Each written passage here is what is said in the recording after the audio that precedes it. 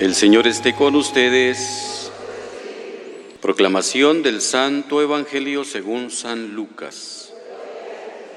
En aquel tiempo Jesús dijo a sus discípulos: amen a sus enemigos, hagan el bien a los que los aborrecen, bendigan a quienes los maldicen y oren por quienes los difaman. Al que te golpee en una mejilla, preséntale la otra. Al que te quite el manto, déjalo llevarse también la túnica. Al que te pida, dale, y al que se lleve lo tuyo, no se lo reclames. Traten a los demás como quieran que los traten a ustedes. Porque si aman solo a los que los aman, ¿qué hacen de extraordinario?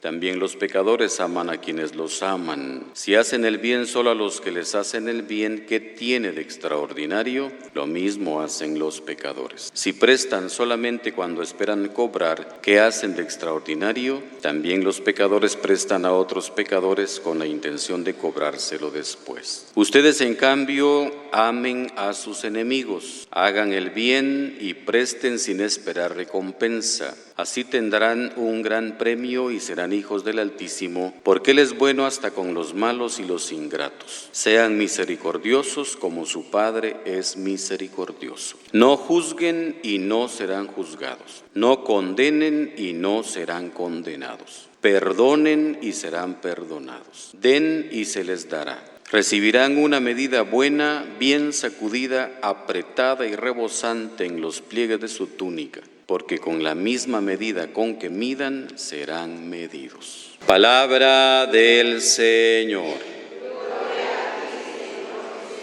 Si ayer cuando se hablaba de las bienaventuranzas decíamos que eran unas palabras muy exigentes de Jesús, ahora todavía más. Este texto que hemos escuchado con todos estos consejos que dice Jesús, que si uno se los pone a leer y los medita bien y se pregunta si los está cumpliendo, pues se quedaría muy corto en eso, porque es muy difícil, es una exigencia muy grande el ser cristiano. Muchas veces nos quedamos con algunas cosas y no realmente llegamos a vivir como verdaderos cristianos. Y entonces es una página del Evangelio que nos invita a meditar en nuestra vida de entrega a Dios, de servicio a Dios, de relación con los demás, en la línea del amor, porque el mensaje de Jesús siempre está en el amor. Escuchamos en la primera lectura también, el amor, dice, es el vínculo de la unión total. Y Jesús, desde esa perspectiva del amor, es que nos invita a vivir. Y nos invita a vivir como Él vivió, porque esa es la grandeza también del mensaje de Jesús. Jesús no solo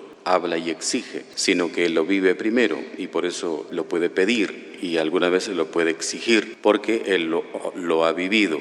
Y entonces nos invita a vivir ese amor, como Él ha amado y como Dios ha amado. El modelo es Él y la perfección del amor es Dios. Y entonces, viendo esa realidad, nos invita a poner en práctica esta palabra que podríamos decir que la entendemos muy bien. No hace falta tanta explicación, lo que es difícil es cumplirla. Amen a sus enemigos, dice Jesús. Y eso lo sabemos nosotros y nos queda muy claro. Pero esos enemigos no quedan en idea, no quedan en el aire, sino son todos los que dice Jesús después: hacer el bien a los que los aborrecen, bendecir a los que los maldicen, orar por los que los difaman. Ellos son a los que debemos amar, a aquellos que nos hacen daño. Y ahí está el problema, porque muchas veces humanamente lo que uno hace es lo contrario. En lugar de hacer el bien, uno trata de hacer el mismo mal que le hace. Y entonces Jesús dice: amen a sus enemigos. Y ahí entonces cada uno tiene que descubrir cómo practica esto con aquellos que le hacen mal,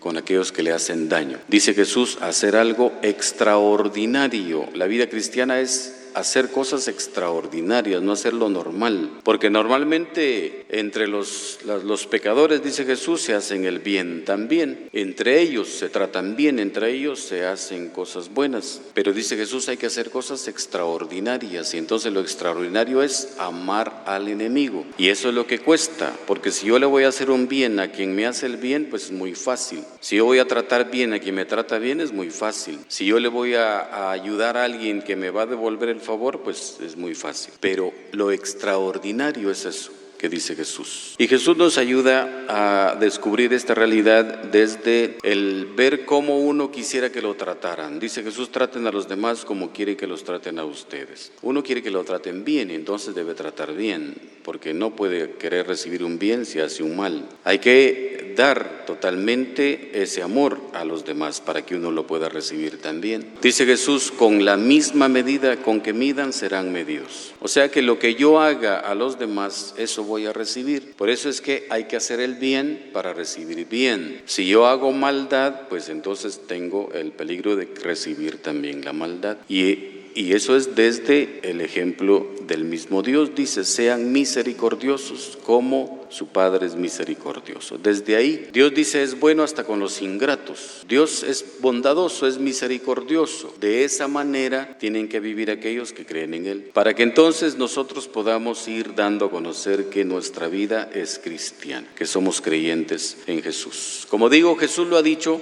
porque lo ha vivido. Y entonces nos pide a nosotros vivir de esa manera. Si descubriéramos esta grandeza de la vivencia del cristianismo desde el amor, pues sería otra cosa dentro de la vida comunitaria y dentro de este mundo también, porque entonces se manifestaría mucho la bondad del creyente, del cristiano. Pero muchas veces, como digo, entendemos muy bien las palabras, pero no las vivimos. Y entonces lo que nos invita hoy este texto es a poner en práctica el bien a los demás, especialmente a aquellos que nos hacen daño, especialmente a aquellos que son los enemigos, dice Jesús. Que Él nos ayude, pensemos en esta palabra, pidamos al Señor que nos conceda ver siempre el ejemplo de Jesús y verlo a Él como el perfecto, el que es misericordioso, bondadoso, y que nosotros pudiéramos imitarlo. Pero esto es a nivel de todo mundo que creemos, no solo de unos, a aquellos que están más cerca de Dios son los que tienen que hacer, no, todo mundo, todos los que nos llamamos católicos debemos hacer vida esta palabra. No solamente unos poquitos,